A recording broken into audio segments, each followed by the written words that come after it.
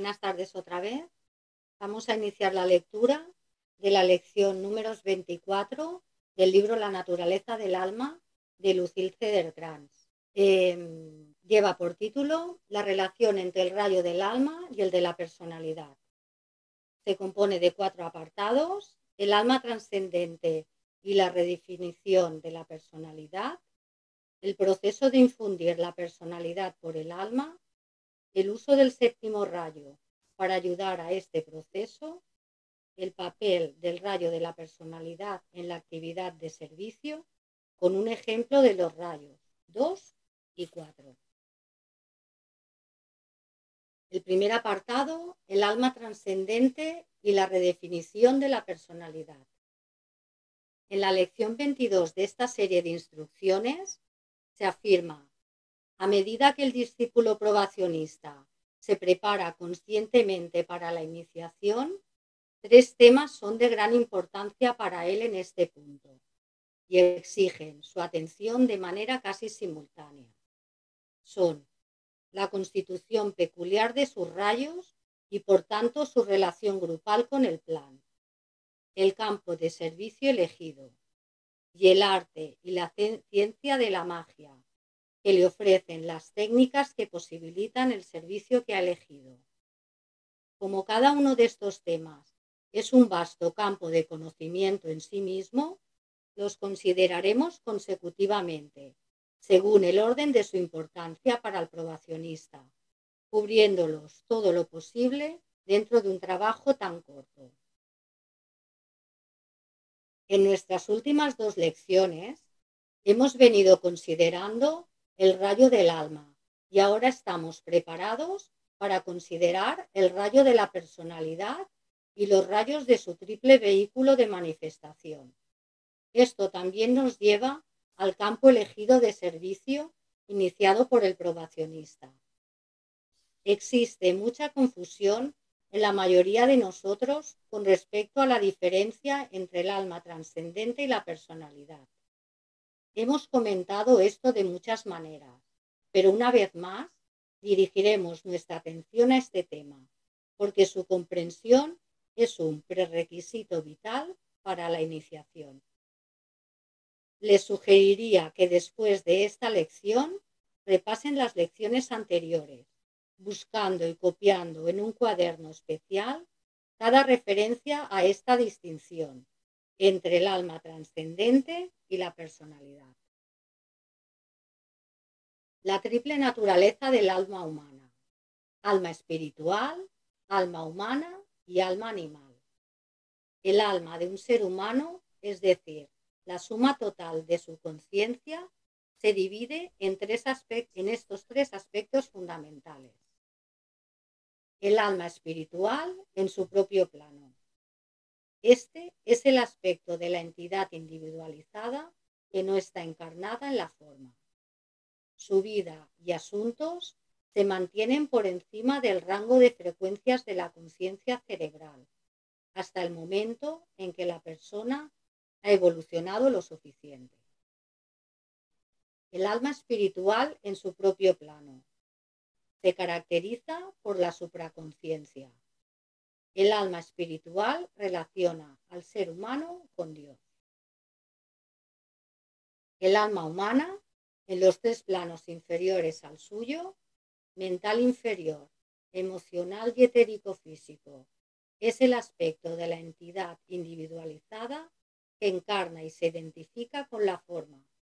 Con el paso de las vidas se identifica con el alma espiritual y finalmente se fusiona con ella.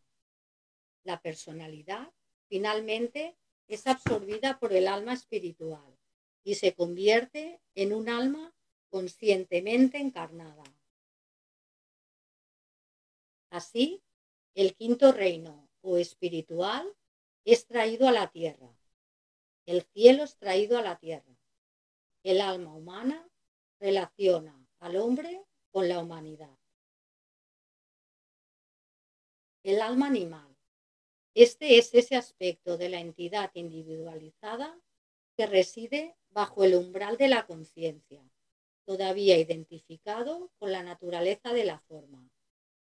produce nuestras reacciones instintivas, que hacen que la naturaleza animal inferior se exprese a través de los vehículos físico y emocional. Este aspecto ha de ser absorbido y transmutado por el alma humana y finalmente por el alma espiritual. El alma animal relaciona al hombre con el reino animal. La triple naturaleza del alma y el cuerpo etérico. El cuerpo etérico, con su sistema de centros, es la forma sustancial del alma, siendo un vehículo para las tres mayores clasificaciones de la conciencia del alma. Estas son: A. La conciencia del alma espiritual trascendente, enfocada en el centro coronario de la cabeza. La persona, entonces, contacta con su propio ser superior a través de este centro. El ser superior impresiona al cerebro con su sabiduría a través del centro de la cabeza y de la red etérica como inspiración. B. La conciencia del alma humana que se enfoca en el corazón y los centros relacionados con él. Aquí se establece contacto con el grupo y con la conciencia mental y astral de la familia humana. Este contacto se impresiona como intuición sobre el cerebro a través de la red etérica. C. La conciencia del alma animal que se encuentra en el plexo solar y centros relacionados. Este centro de conciencia relaciona al hombre con el animal y con su pasado. El contacto a través de este centro y de la red etérica se impresiona en el cerebro como instinto. Estos tres niveles de conciencia dentro del individuo y de las masas deben ser sintetizados antes de que el hombre pueda entrar en el reino de los cielos. El trabajo de síntesis no puede continuar hasta que el hombre haya integrado su triple personalidad, su naturaleza mental, emocional y física, en una unidad funcional que responda al alma.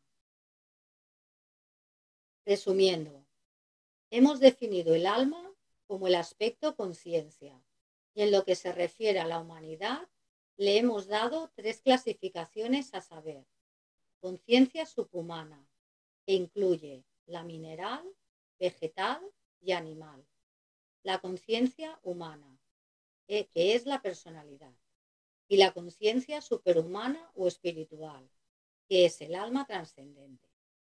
Entonces, tanto el alma espiritual trascendente como la personalidad son conciencia.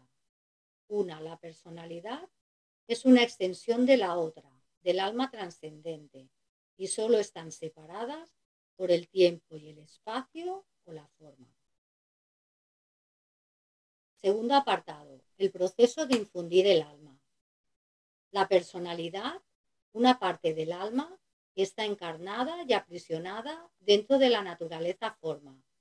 El alma espiritual trascendente es ese aspecto de la conciencia que ha mantenido su identidad por encima de la frecuencia de la forma y por tanto está libre de sus limitaciones. Eso que trasciende está conectado, si puedo usar un término tan pobre, con la personalidad, por un hilo de conciencia que entra en la naturaleza forma a través del centro de la cabeza y de la red etérica y se ancla a la forma en la región de la glándula pineal. El alma espiritual se refleja en la cueva o caverna, situada en el centro etérico de la cabeza, mediante este hilo de conciencia, a medida que la personalidad dirige su atención hacia él. En otras palabras, cuando la conciencia encarnada, también conocida como personalidad, el yo pensante y consciente, empieza a aspirar al alma espiritual y dirige su atención hacia arriba mediante un alineamiento que usa el hilo de la conciencia, la interacción entre aquello que trasciende la forma y aquello que la habita crea un campo magnético de luz en la caverna situada en el centro de la cabeza. Entonces, la personalidad intenta situarse enfocando su conciencia sobre esa luz, y al hacerlo, el alma espiritual se refleja hacia abajo en dicha luz, donde ambas, alma y personalidad, se fusionan en la conciencia. Al principio, esta fusión se produce únicamente de manera momentánea, durante los momentos de meditación, hasta que finalmente se establece una polaridad, un brillante foco de luz, que fija la fusión, por así decirlo, y el hombre, en el cerebro, se convierte en el alma conscientemente encarnada. La personalidad se ha liberado de sí misma de la forma, ya no está identificada con ella, y el alma espiritual no se mantiene en un estado trascendente. Ella se ha encarnado en la forma, que ya no es una prisión, sino que se ha convertido en un instrumento de servicio, un vehículo a través del cual el alma espiritual hace su aparición a la luz del día, tal como la conocemos en la Tierra. Es interesante indicar aquí que esta información será difundida con claridad creciente por la ciencia, así como por la religión y la filosofía durante la nueva era, en la que va a predominar el séptimo rayo de magia, de ley y orden divino. Tercer apartado, el uso del séptimo rayo para ayudar en este proceso. El séptimo rayo es, recordemos, el reflejo del espíritu en la materia. Por lo tanto, aquí está el gran ciclo de oportunidad que no solo hace que lo anterior pueda ser conseguido por todos los que están preparados, sino que también lo hace cognoscible, como conocimiento concreto para toda la humanidad. Esto llegará a ser conocido como parte del desarrollo evolutivo hacia el que avanza la humanidad. Será demostrado por aquellos que ahora están tomando la iniciación y como un hecho establecido de la naturaleza, y se convertirá en un objetivo o ideal fijado en las mentes de todos los seres humanos. El rayo integrador de la personalidad es ese subtono del rayo del alma con el que se ha identificado la conciencia encarnante.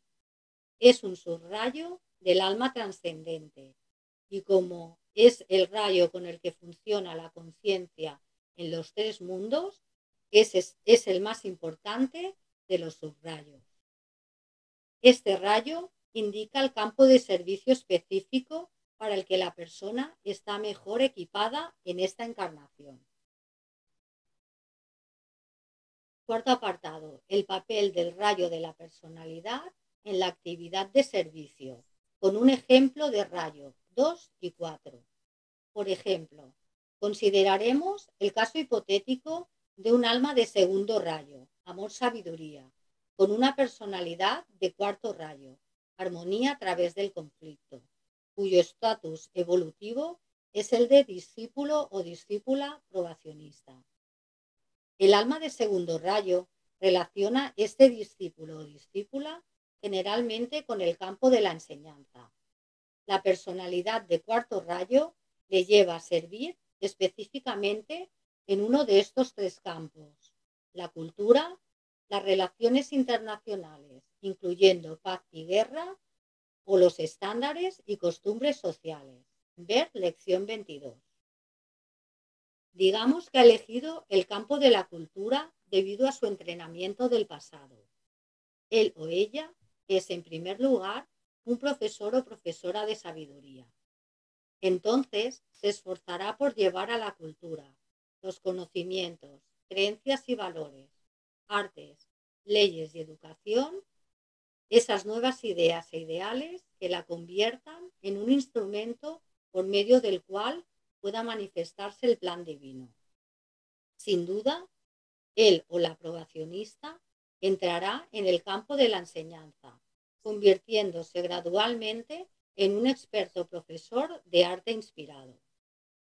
Puede confinar su actividad al actual sistema educativo, tratando de adaptarlo al plan desde dentro, o puede servir en una de las escuelas ocultas, o funcionar independientemente en un intento de establecer su profesión como tal en el mundo de los asuntos humanos. En cualquiera de estos casos, él tratará de armonizar y equilibrar en el campo de la cultura el poder del materialismo con el poder de la luz. Así, él trabaja el rayo de su alma a la frecuencia de la armonía, a fin de equilibrar los pares de opuestos dentro del campo del servicio elegido.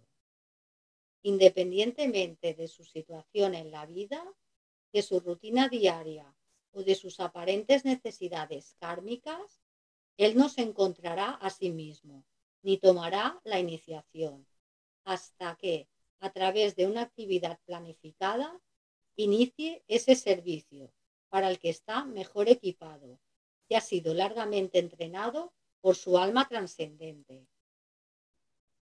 Hay una interpretación errónea que es común en estas mentes de muchos aspirantes y probacionistas en el mundo de hoy sobre el inicio de una actividad de servicio.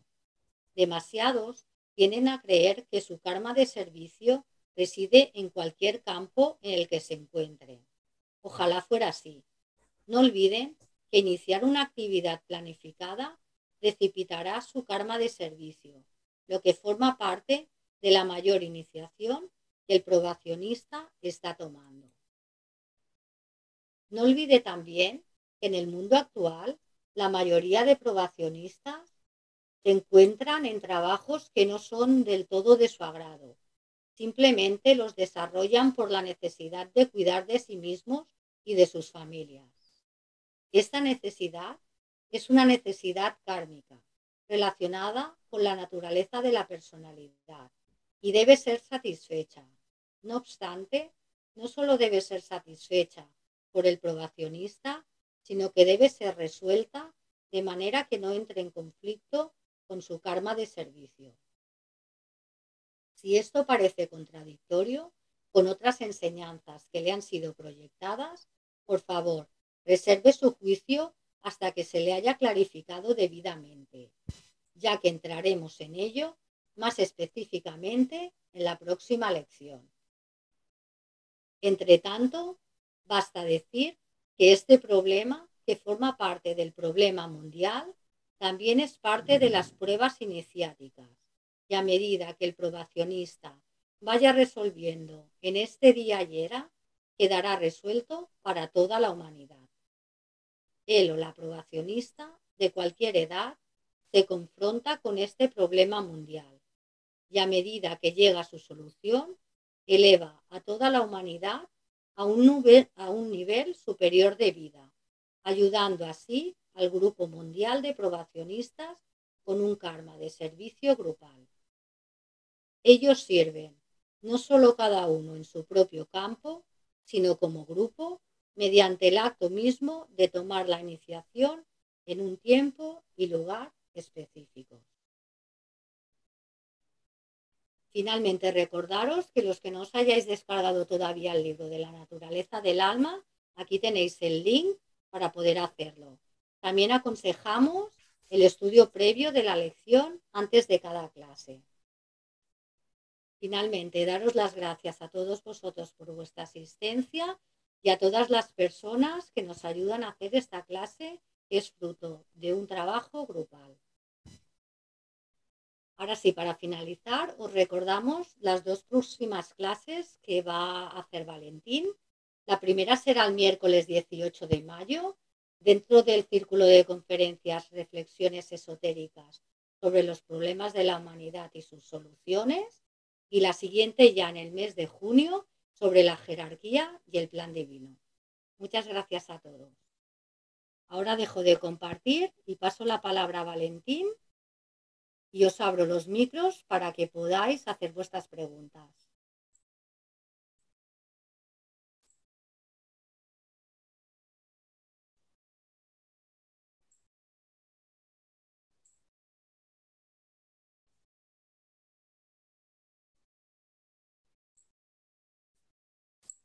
Vale, pues ya tenéis activados los micros. Quien prefiera puede escribir la pregunta en el chat y yo se la digo a Valentín.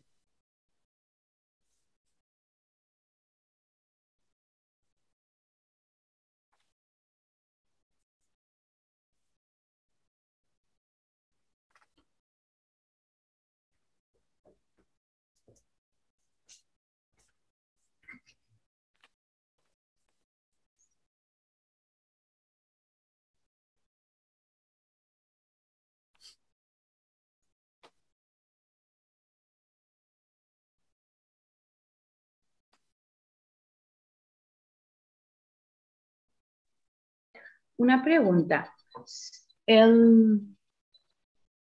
¿Las almas de segundo rayo también se dedican a la curación?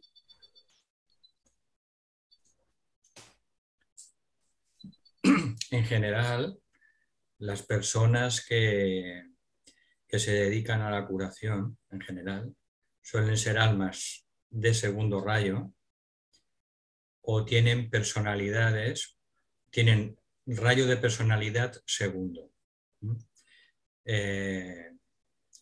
Una de las características del segundo rayo, además de la enseñanza, es la curación. Los dos máximos exponentes o referentes que tenemos de la energía del segundo rayo en la jerarquía han sido Buda, Gautama Buda y el Cristo Maitreya.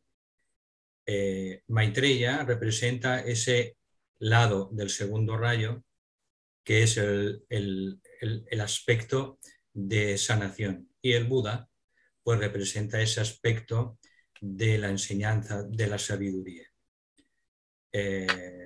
Los dos transmiten la sabiduría y los dos también al mismo tiempo curan, sanan, pero cada uno tiene como ese aspecto más específico, ¿no?, del segundo rayo. Por eso las personas o los grupos que se dedican a la sanación espiritual, tal como lo entendemos que se debe practicar según los libros de Alice Bailey o según Kumar, son en general almas de segundo rayo o tienen a veces personalidades del segundo rayo.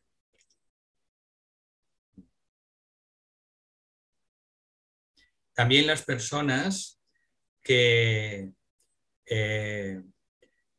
para ellos Leo ocupa un lugar importante y tienen a Leo en el ascendente sobre todo, o son personas que han nacido en el signo de Leo, también son personas que están muy capacitadas para ser transmisores de la energía de sanación, especialmente las personas que están ya en el camino espiritual y que tienen Leo en el ascendente, que como sabéis, nuestra alma trascendente, nuestra alma espiritual, trabaja a través del ascendente, del signo del ascendente, cuando ya la persona está en la rueda revertida en el camino espiritual.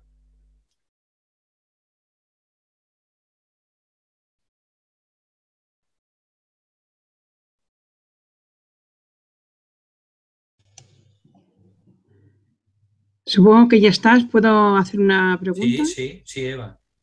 A mí lo que me preocupa es lo del grupo. Entonces, cuando hablan del grupo, ¿qué están hablando? ¿Grupo, por ejemplo, de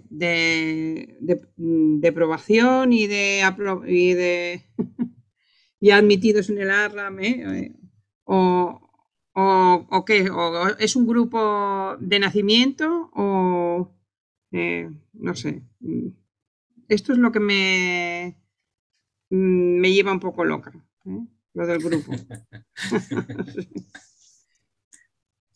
Bien. Nosotros formamos parte de diversos grupos. el grupo más importante, el grupo más esencial, es el grupo que forman nuestras propias almas espirituales. Ese es el grupo más importante y es lo que hemos hablado a lo largo de las lecciones. Lo hemos definido como el grupo ashrámico, ¿no? Es nuestro grupo del ashram que está formado por nuestras propias almas. Ese es el grupo más importante.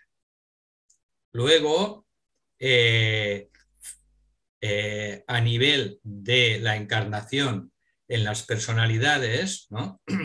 Cuando estamos encarnados, pues normalmente pues, estamos en un grupo. Lo aconsejable no es trabajar individualmente, sino trabajar en un grupo dentro del marco de referencia de un grupo, ¿vale?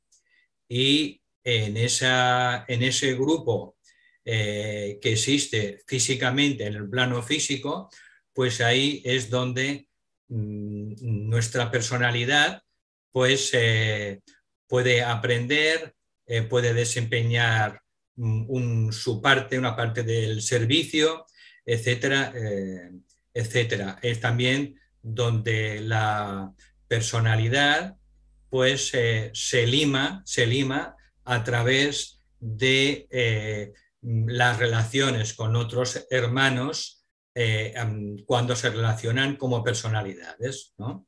Entonces es lo que Kumar ha dicho muchas veces, que es donde tenemos que limar nuestros ángulos obtusos para que todos se conviertan en ángulos rectos.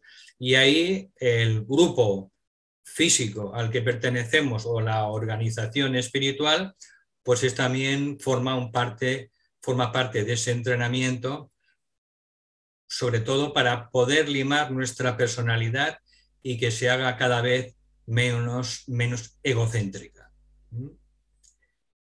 Y luego tenemos el grupo que nos une a través de los lazos de sangre.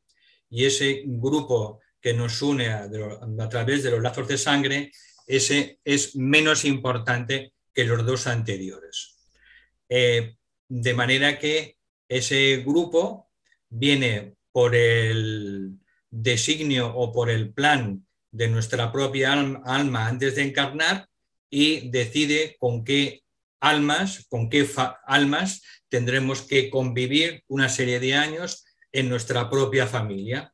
Nuestros padres, en qué padres tendremos que encarnar, cuáles serán nuestros hermanos o hermanas, y son esos lazos de consanguinidad que nos unen en la vida física. De manera que podríamos decir, a título general, que yendo de menor a mayor importancia, el grupo que tiene menos importancia es el grupo de consanguinidad, el grupo de la familia, ¿no?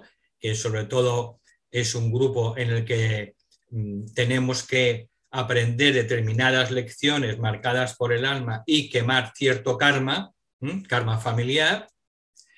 Luego tenemos en orden de importancia el grupo espiritual al que nosotros estamos afiliados, con el que resonamos más. Puede ser un grupo durante una serie de años, no tiene que ser para toda la vida, pero puede ser un grupo o una escuela esotérica durante una serie de años y al cabo de un tiempo, pues estar en otro grupo espiritual o escuela esotérica.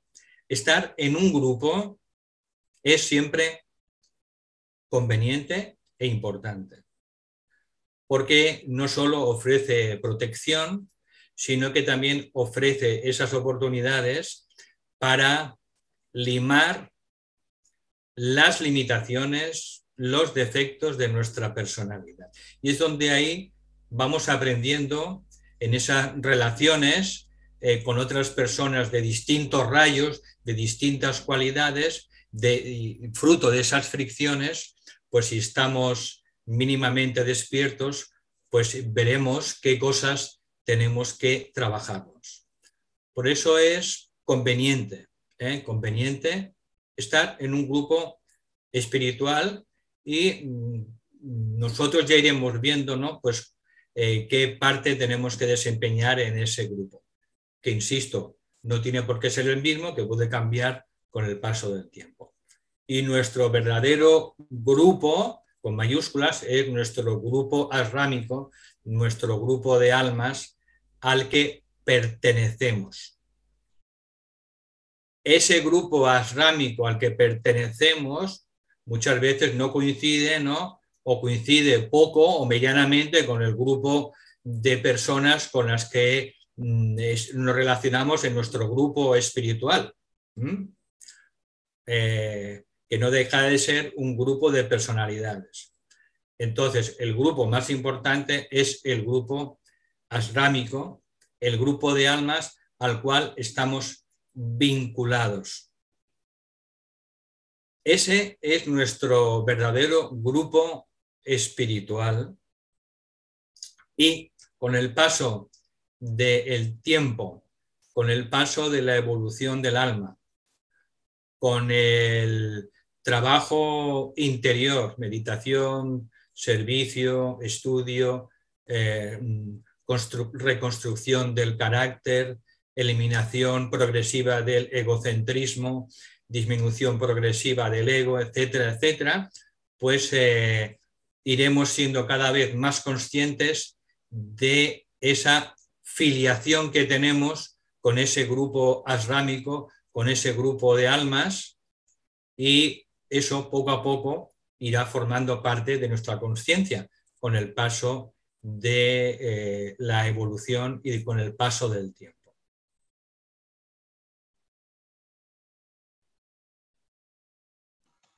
Gracias. Entonces, si te llega servicio, ¿cómo sabes si es asrámico o no? Lo supones, ¿no? Lo supones, pero... Bueno... Si, por ejemplo, está relacionada con el rayo 2 y es de sanación o de formación, lo intuyes que debe de ser así, ¿no? Sí, se dice siempre que en el discipulado el probacionista sirve y ayuda en la oscuridad. No sabe, generalmente, sobre todo en todas las etapas iniciales, no sabe de dónde viene ese servicio. Lo que sí tiene claro es que cuando la vida nos pone delante de nuestras narices una necesidad que la vida nos trae y nosotros reconocemos que tenemos habilidades que hemos ido desarrollando o aprendiendo con el paso del tiempo y podemos ayudar en esa necesidad, tenemos la obligación de atender a esa necesidad a través de un servicio lo mejor que podamos. Y eso, pues bueno, forma parte de lo que Rosa ha dicho, forma parte de nuestro karma del servicio. De esto no se habla demasiado dentro de las enseñanzas esotéricas, pero el maestro Saint Germain en este curso sobre la naturaleza del alma habla de que una vez que él o la probacionista ha dado ese paso de compromiso con el plan divino y empieza a iniciar por sí misma o por sí mismo actividades de servicio, primero pequeñas y luego van en aumento, pues empieza entonces a invocar ese karma de servicio que tiene relación evidentemente con su propia alma. Entonces, cuando uno a través de esa planificación autoiniciada a ciertas actividades de servicio empieza a expresarse en su vida ese karma de servicio, pues además de ese servicio también empieza a tener ciertas dificultades, porque hablamos de karma de servicio, con lo cual tiene que estar el probacionista, pues mentalizado, que a pesar de que emprenda actividades de servicio que la vida le trae, pues que va a tener determinados problemas o conflictos fruto de ese karma de servicio, que comparte a su vez con todo el karma grupal de servicio que forma parte del karma de todos los probacionistas del mundo. Nosotros no somos seres aislados y nuestro pequeño karma de servicio forma parte del gran karma de servicio grupal que están llevando a cabo millones de seres humanos que están en el sendero probatorio. Por tanto, cualquier necesidad que llegue a nuestra vida y se ponga delante de nuestras narices, si tenemos las habilidades requeridas para dar satisfacción a ese servicio, a esa necesidad, porque ojo, que no todo lo que nos llega en la vida, pues tenemos que atenderlo como una necesidad, no podemos satisfacer los deseos de las personas, por eso lo importante es conocer siempre el corazón de cada persona. Y esto Kumar lo dice muchas veces, no prestemos oído a las palabras, sino al corazón de cada persona e intentemos ayudar desde ese nivel de conciencia.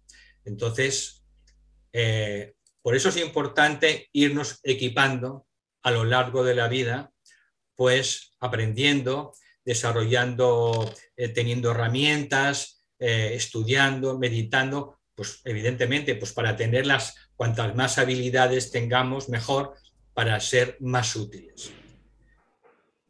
Y eso es lo que te puedo decir.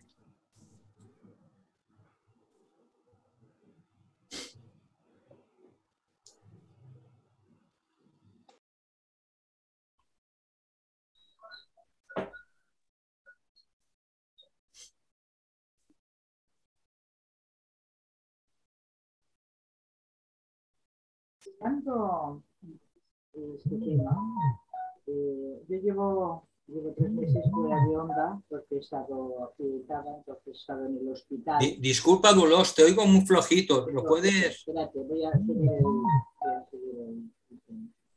No sé si soy yo o... No, espera, a lo mejor tenía el micro sí, fuera. Mejor. He estado 3 meses hospitalizada, entonces he estado fuera de onda, si dijéramos, antes me conectaba, pero en el hospital siempre no podía oírlo. Bueno, el caso es que con el tema este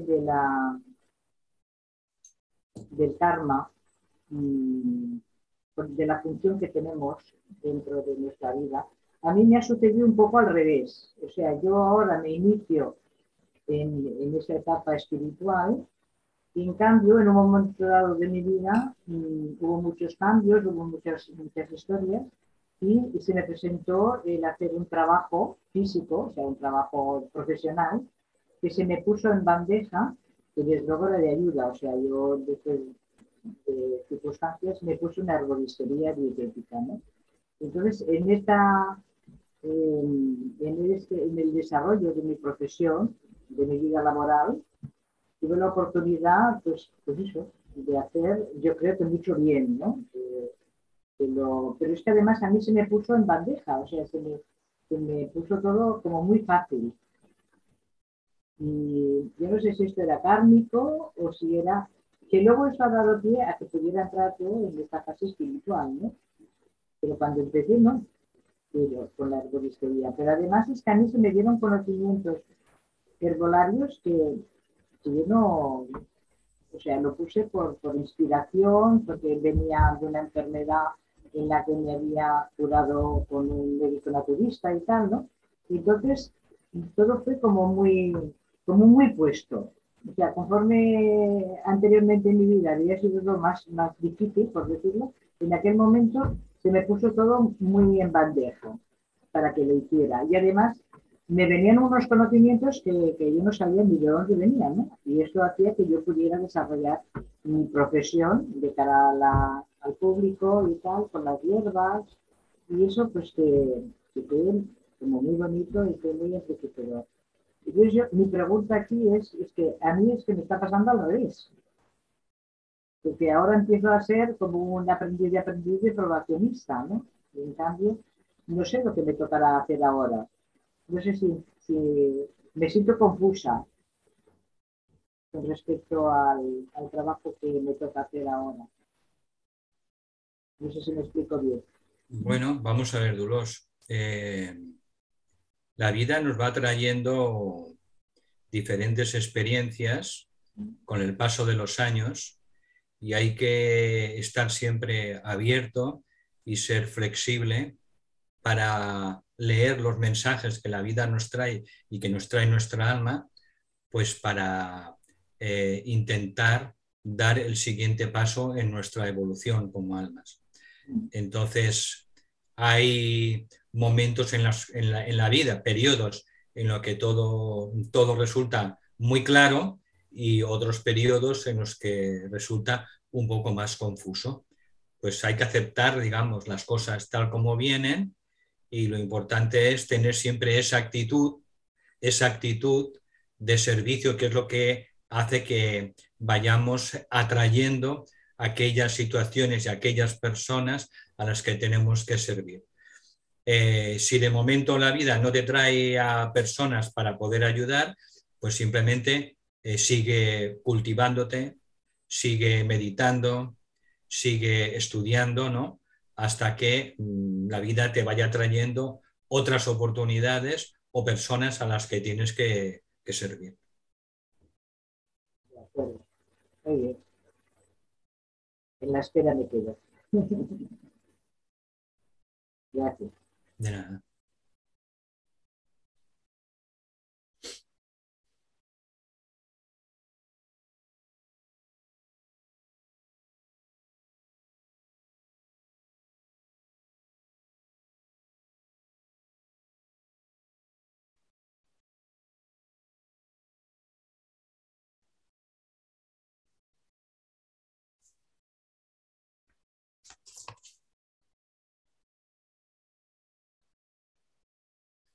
En esta lección se dan algunas enseñanzas muy importantes para seguir entendiendo más profundamente la naturaleza del alma.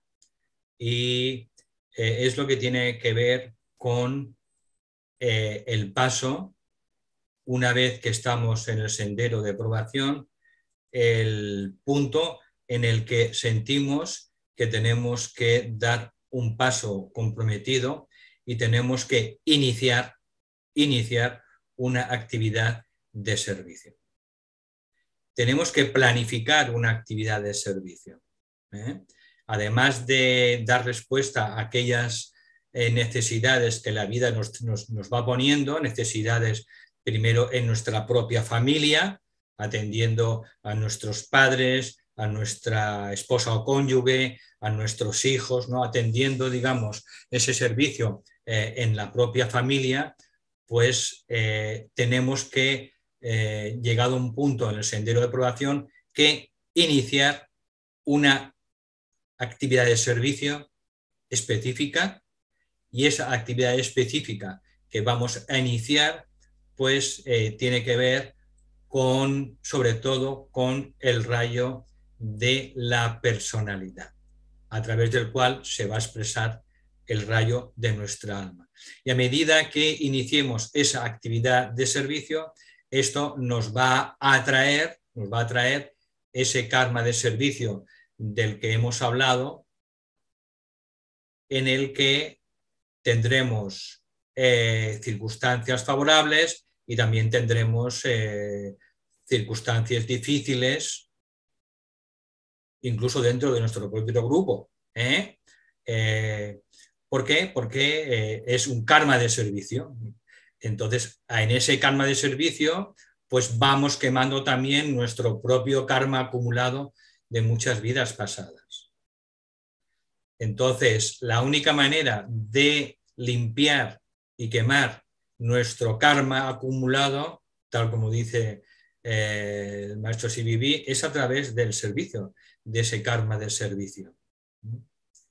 Y esto supone, pues muchas veces cuando realizamos proyectos de servicio, pues que tengamos dificultades no solo de la sociedad, sino incluso dentro de nuestro propio grupo, no el grupo arrámico, sino el propio grupo al que estamos asociados. Eso forma parte del entrenamiento y hay que asumirlo.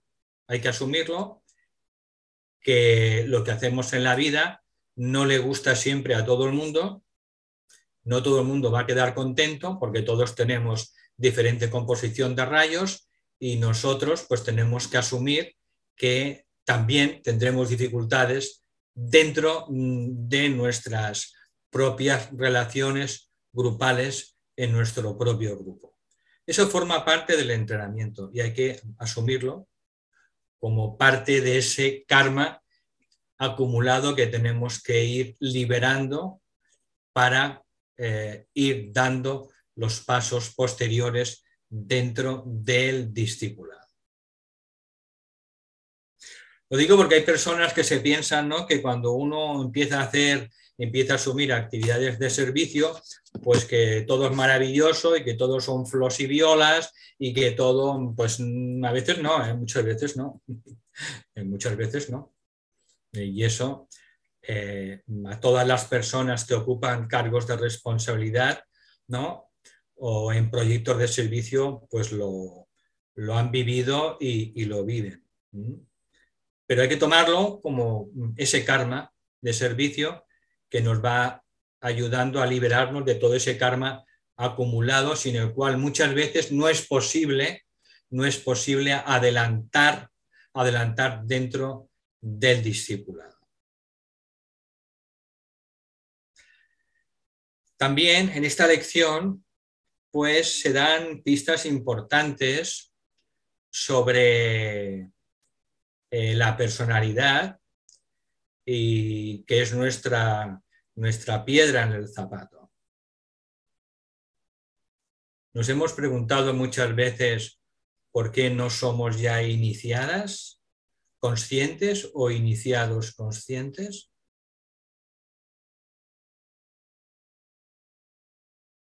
¿Qué es lo que dificulta que seamos iniciadas o iniciados conscientes ya?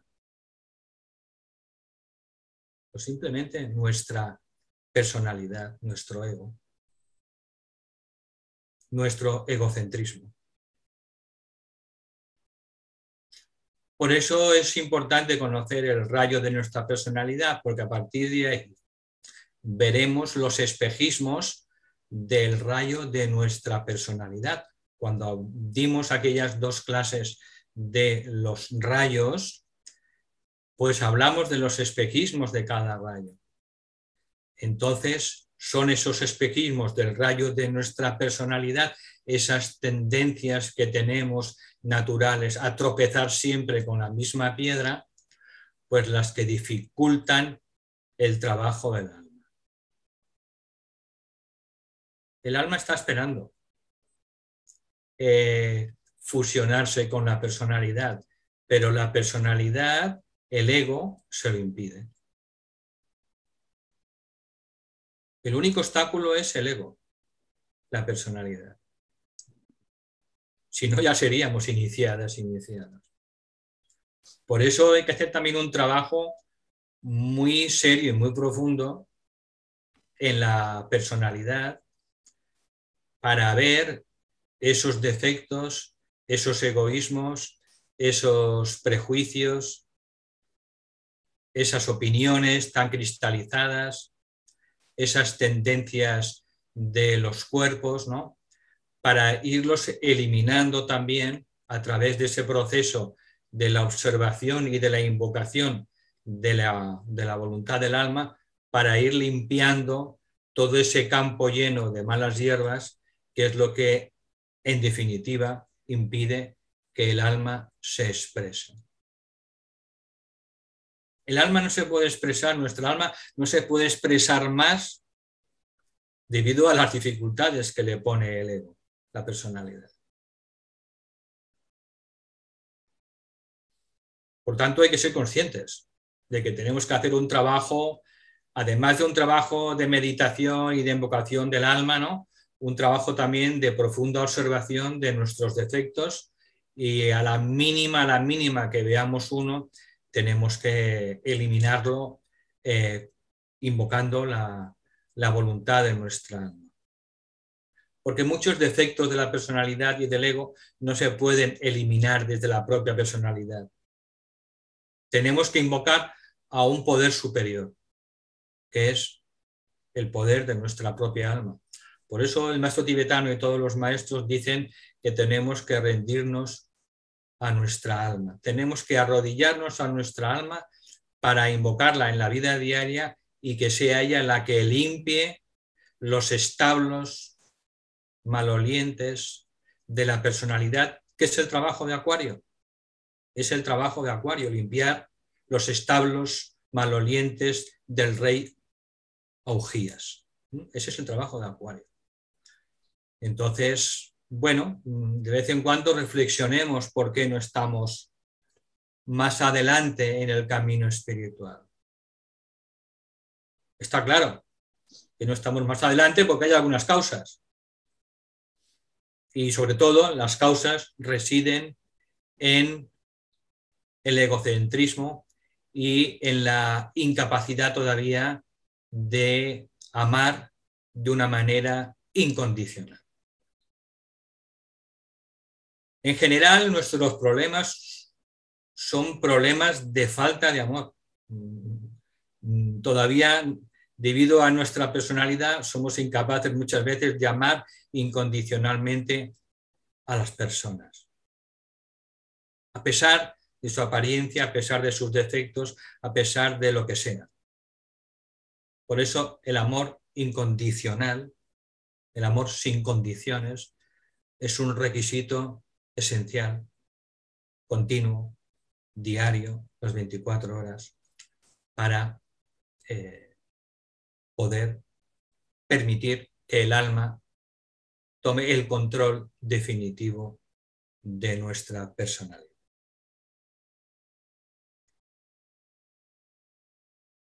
Pero todos sabemos que esto no es nada nuevo. Esto ya lo sabemos desde hace muchos años. Hemos leído miles y miles de veces. Ama a Dios sobre todas las cosas y al prójimo como a ti mismo. Sin prejuicios, sin limitaciones. Sabemos las cosas que tenemos que hacer, pero evidentemente en la personalidad el ego pone muchos obstáculos. Y eso es lo que también de vez en cuando pues, tenemos que hacer, pararnos, ¿no? Para ver qué cosas tenemos que limpiar de nuestra personalidad, de los cuerpos, para que el alma pueda manifestarse de una manera mejor y más rápida. Luis, ¿querías hacer una pregunta? Adelante. Sí, si hay tiempo. Sí, tanto. Es que como hoy llevamos un horario raro. Hay tiempo, sí. En la generación de mérito y la eliminación de karma, ¿cómo está la cotización entre dar y darse?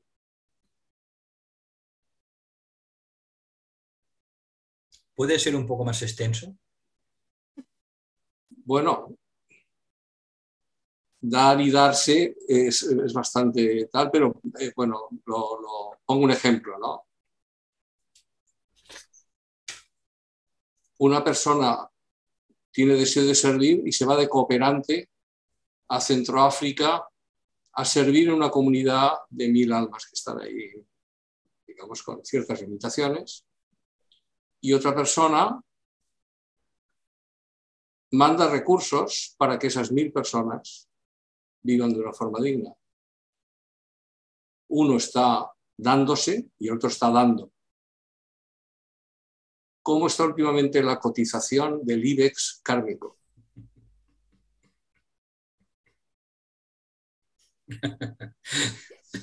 Me gusta cuando te ríes porque no sé si me vas a contestar o no.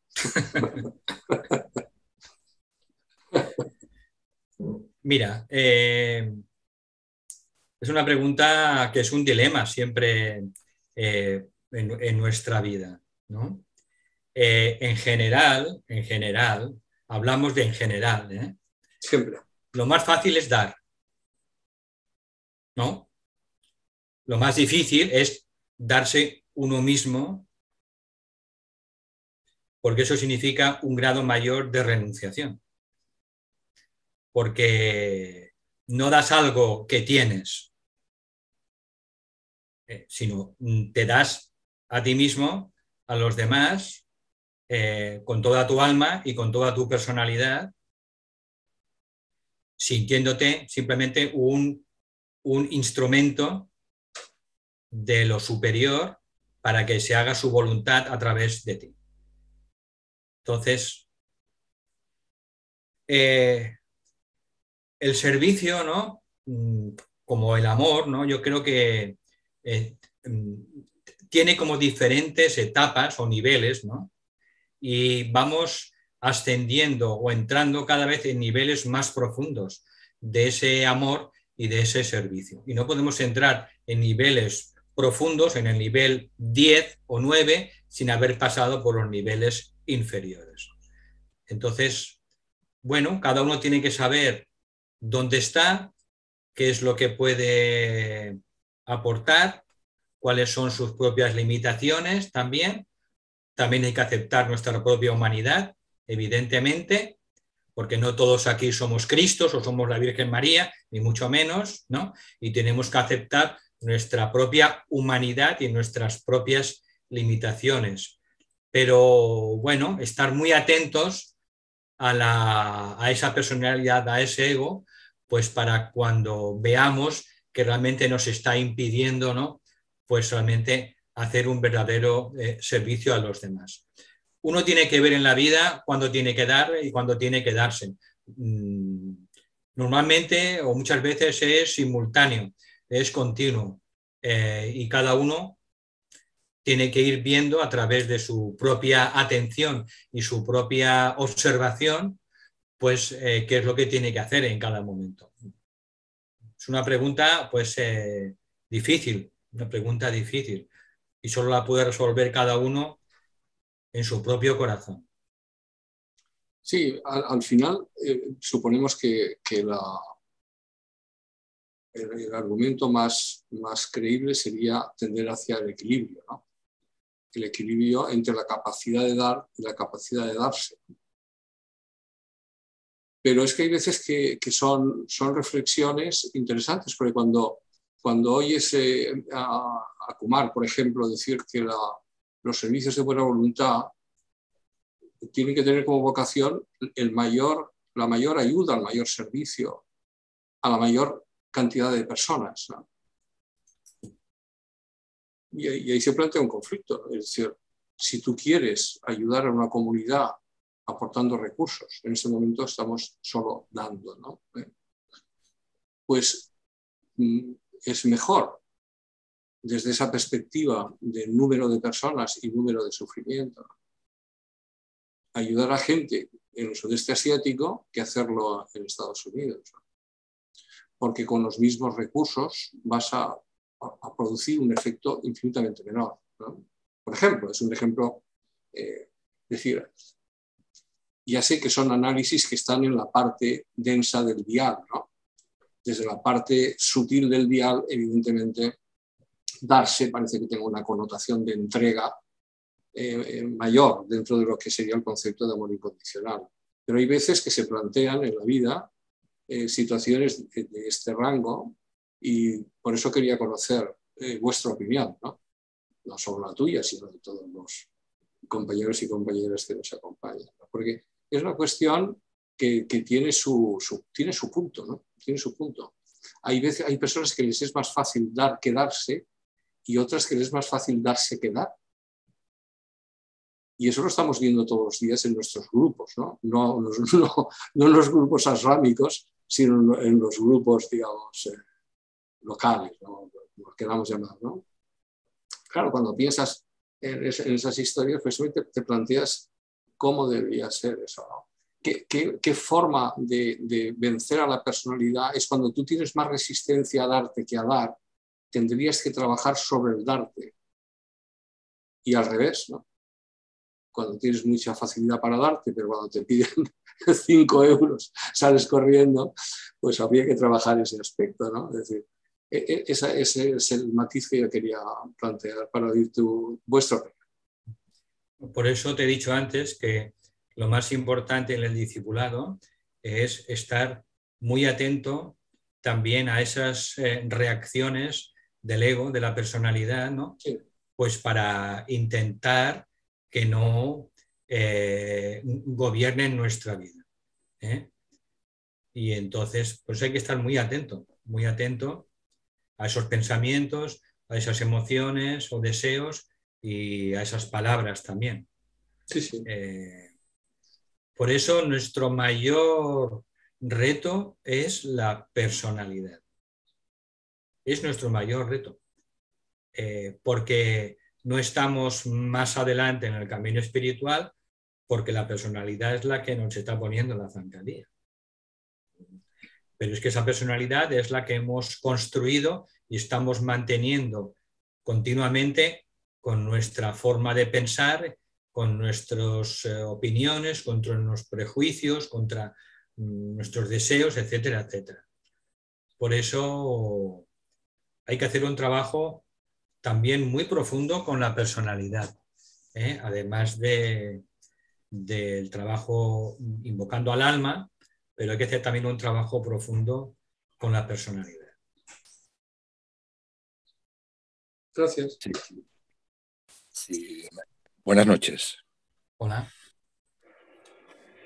Mira, si me permites, o si me permitís, quisiera hacer una reflexión al respecto en función de alguna de las intervenciones que he oído, ¿no? Primero de todo, lo digo por, bueno, en este caso Dulos, que hacía una reflexión sobre en un momento dado de su vida, ¿no?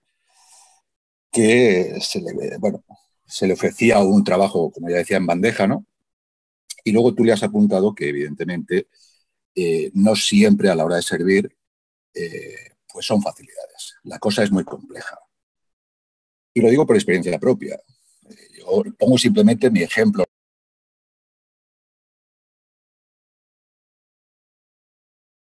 Norberto, no te oímos. Abre el micro, por favor.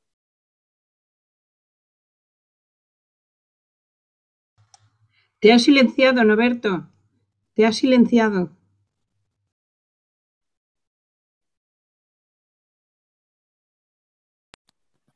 Ahora. ¿Que se va? Sí. Ahora te oímos. Ahora te oímos. Sí, espérate que se ha ido la imagen. Joder. La imagen hace rato que no está. Sí, la imagen no te veíamos ya desde el principio. No, pues en este caso, en mi caso, por ejemplo, me di cuenta con el tiempo de que habría un gran espejismo, un gran glamour, ¿no? Con respecto al tema del servicio, en este caso con el tema, vamos a ir, de la curación. Teniendo en cuenta que en este caso mi hermana y yo, por ejemplo, entramos de la mano de un médico alópata, pero que trataba con plantas medicinales, extractos de plantas con fitoterapia en este caso, ¿no? Y el tema, te das cuenta que realmente es muy complejo el espejismo que a uno le rodea, ¿no? En función también del rayo. Yo me suelo definir, veo que tratáis el tema en este caso, del discípulo probacionista, ¿no? Yo me defino como un estudiante. Cada uno tiene que saber en qué punto evolutivo está, ¿no? O debería saberlo, pero también haré otra reflexión al respecto. Estamos hablando del probacionista. Simplemente recordar que, por ejemplo, cuando el tibetano habla de la primera iniciación, dice que entre la primera iniciación y la segunda, que aquí serían discípulos aceptados, ese es el término técnico que le da, pueden pasar muchísimas vidas. Y entre la segunda y la tercera, quizás no tantas, pero también aclara que depende del rayo. O sea, si tienes un rayo par, pues probablemente la segunda te dé muchos problemas, precisamente porque se relacionan con tu cuerpo astral. Y si tienes un rayo impar, en la tercera iniciación, pues podrías tener muchos problemas también porque tienes la ilusión, ¿no? Ese otro espejismo del plano mental, ¿no? Y simplemente decir, lo digo porque a veces hay determinadas ideas al respecto, ¿no? De que los problemas pueden estar en el probacionista, no. Y en el discípulo aceptado también. Porque él, por ejemplo, cuando hace referencia a la tercera iniciación, que es en el momento que se fusionaría el alma con la personalidad, dice que para realizar esa, las pruebas son literalmente, dice, pruebas drásticas. En algunos casos incluso emplea la palabra terrible. Y tú dices, hombre, que está muy cerca, ¿no? Vamos a decir de la meta, ¿no? Porque la tercera es donde realmente marca la diferencia, se marca la diferencia, ¿no? Ahí es donde realmente el alma trascendente se expresaría plenamente, ¿no? Entonces, claro, te das cuenta que sí, que hay muchas pruebas durante el probacionismo, pero durante el discipulado aceptado las pruebas, ya lo insisto, en determinados signos, por ejemplo, el ascendente, que es el propósito del alma, habla de pruebas terribles, hasta que no se llega a la tercera edición, que es donde el periodo de prueba ya no dejaría de ser tal cual conocemos con respecto a la personalidad, ¿no? Bueno, simplemente era un apunte, una reflexión, nada más. Si quieres comentar algo al respecto. No, me los estás asustando, Norberto. ¿Por qué? No, insisto que no son palabras mías. Sí. En este caso, intento reflejar fielmente las palabras, transcribir las palabras exactas y hablo pruebas terribles y muy drásticas. O sea, entonces, quiero decir que el camino es un camino, el famoso camino del filo de la navaja, ¿no? O sea, la cosa es muy compleja. Bueno, y si entramos en temas de karma, tú lo sabes. O sea, el propio tibetano nos deja bien claro que el tema del karma es un tema muy complejo. Porque en Fuego Cósmico, por ejemplo, tú sabes que cuando se habla, o sabéis, que se habla ya del karma, del logos solar, del logos planetario, de los logos, y luego va descendiendo en la escala. Claro, cuando llegas al karma humano tenemos una idea, pues yo entiendo que muy, muy pequeña, ¿no? Realmente lo que sea, porque siempre hablamos del karma personal, no dándonos cuenta que estamos asociados, por ejemplo, en este planeta, que actualmente no es un planeta sagrado. Bueno, él, por ejemplo, dice que este planeta es un planeta del sistema solar, es el planeta que es, junto con otros dos planetas, el planeta donde las pruebas, los obstáculos y las dificultades son las más grandes. Insisto, refiriéndose el tibetano a este planeta, ¿no? Pruebas, obstáculos, dificultades de todo tipo, porque es un planeta, pues, que es un planeta muy complejo. Lo dice él, insisto, no lo digo yo. O sea, quiero decir que eso nos da una idea que no solamente a veces es una cuestión de karma personal, sino el planeta, en este caso, en el que estamos un planeta no sagrado, en vías de ser sagrado, también hay que decirlo, y realmente, pues, bueno, en definitiva, que tampoco hay que verlo de manera negativa porque, insisto, a veces tenemos que tener una visión mayor. Estamos en camino de ser un planeta sagrado y realmente hacer nuestro trabajo como un centro, ¿no? Uno de los centros del sistema solar, ¿no? Estamos en ello. Muchas gracias, Norberto. Espero no haber confundido también con determinadas cuestiones, ¿no? Porque es que ya me he ido un poco por los cerros de Úbeda. No, es interesante, Norberto.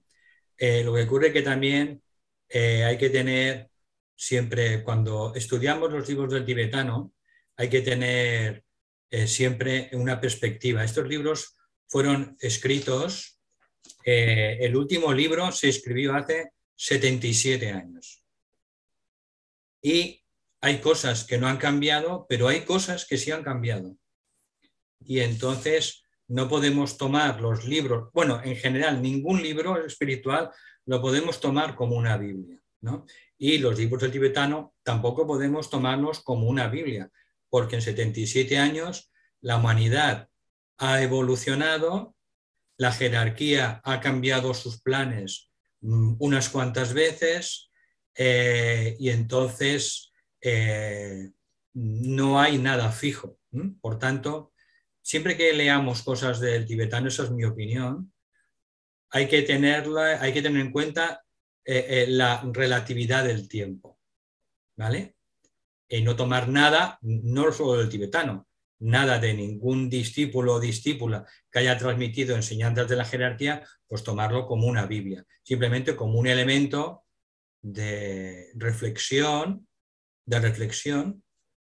y de, bueno, de un jalón en ese mapa que nos están dando los maestros para seguir adelante. Pero han cambiado muchos desde 1945 hasta ahora. La situación es muy diferente. El discipulado también ha cambiado. Sí, hay cosas que hay que tenerlas en cuenta y ese es uno quizá de los motivos por los cuales pues, estamos impartiendo estas clases sobre la naturaleza del alma, porque fue también una enseñanza que transmitió a través de Lucille Cedar-Crans, una discípula norteamericana, el maestro Saint Germain, en el que dio algunas cuantas novedades, como también podemos leer novedades a través de lo que Kumar nos está dando, ¿no? Que provienen, para mí, provienen también de la inspiración de la jerarquía. Por eso hay que estar muy abiertos porque todo está cambiando. Tenemos que estar atentos a cada momento, ¿no?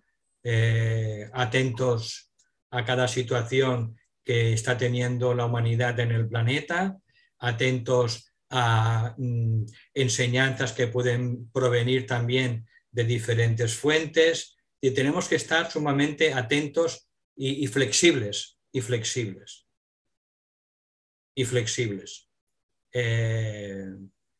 Sabéis, ¿no?, que desde 1975 Shambhala está emitiendo un impacto a la humanidad cada 25 años sin pasar por la jerarquía.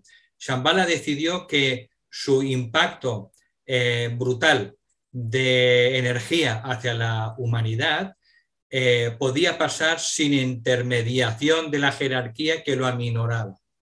Y eso lo hizo en 1975, lo hizo en el año 2000 y lo hará en el 2025.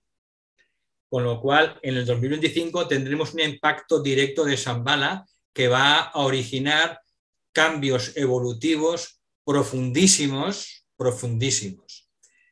Pero como tema también pues, anecdótico, la jerarquía tiene un cónclave centenario en el que se reúne el concilio de Shambhala con los grandes maestros de Shambhala y también de la jerarquía, y se realiza este concilio de Shambhala cada siglo.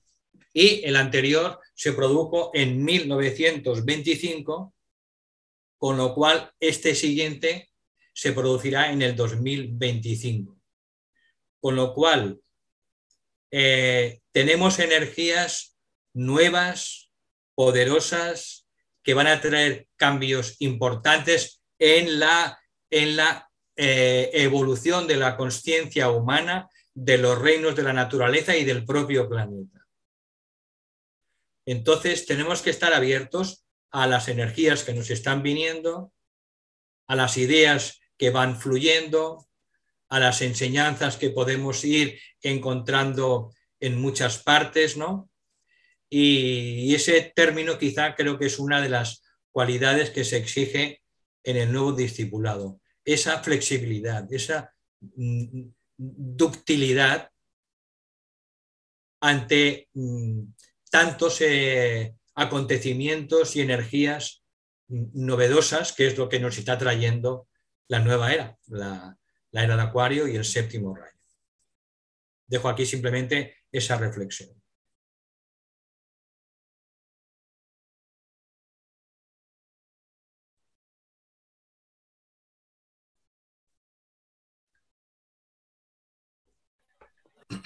Gracias, Valentín. Sí, simplemente un comentario.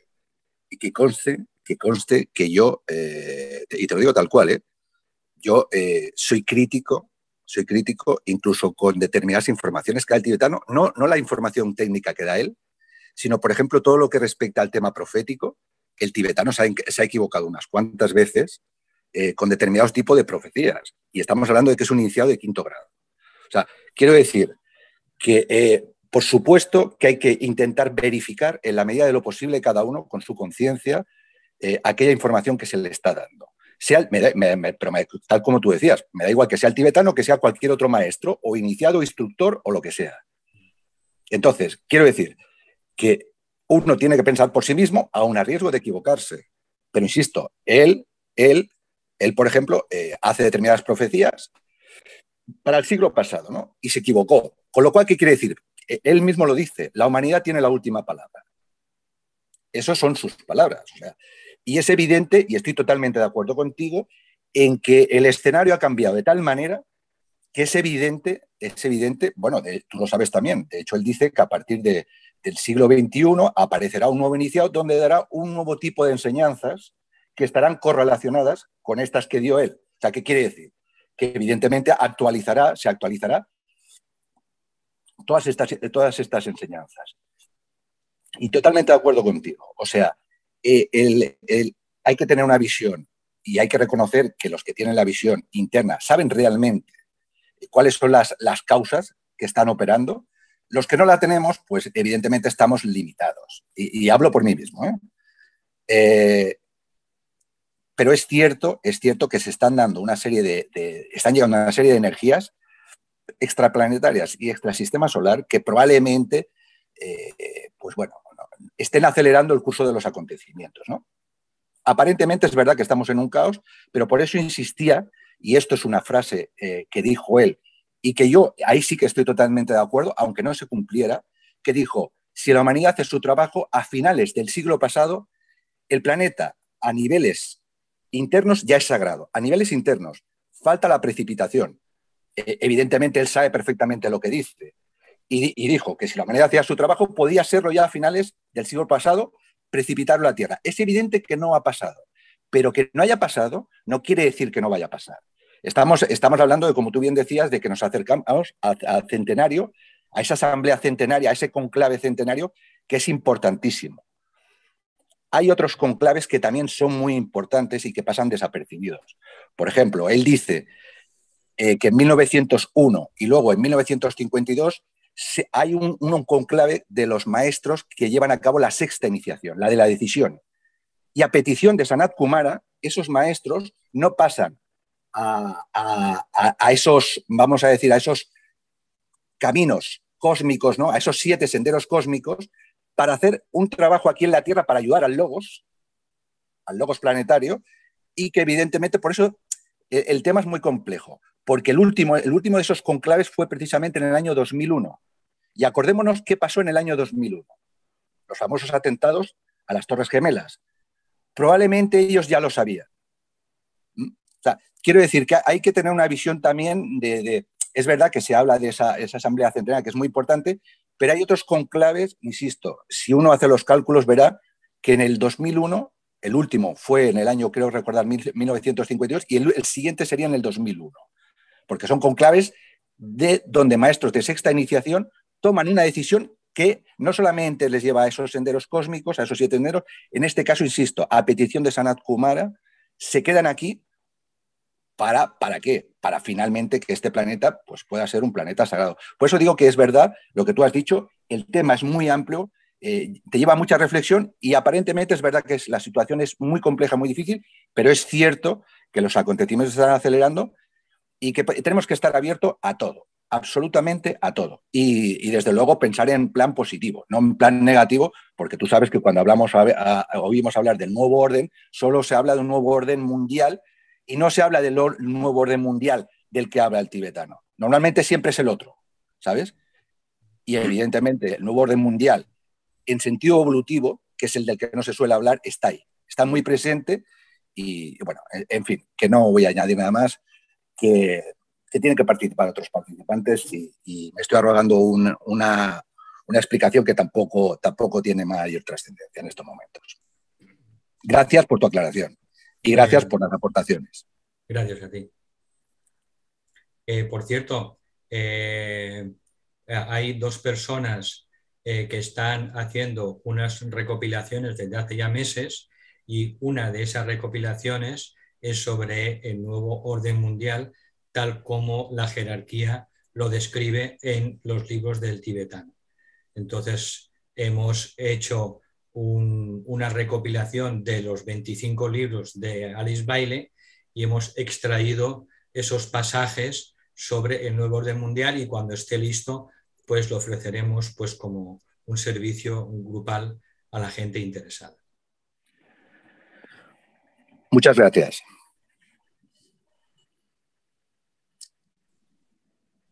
Bueno, van a dar -4 si hay una última pregunta, y si no, pues cerraremos la sesión. Si alguien quiere preguntar algo.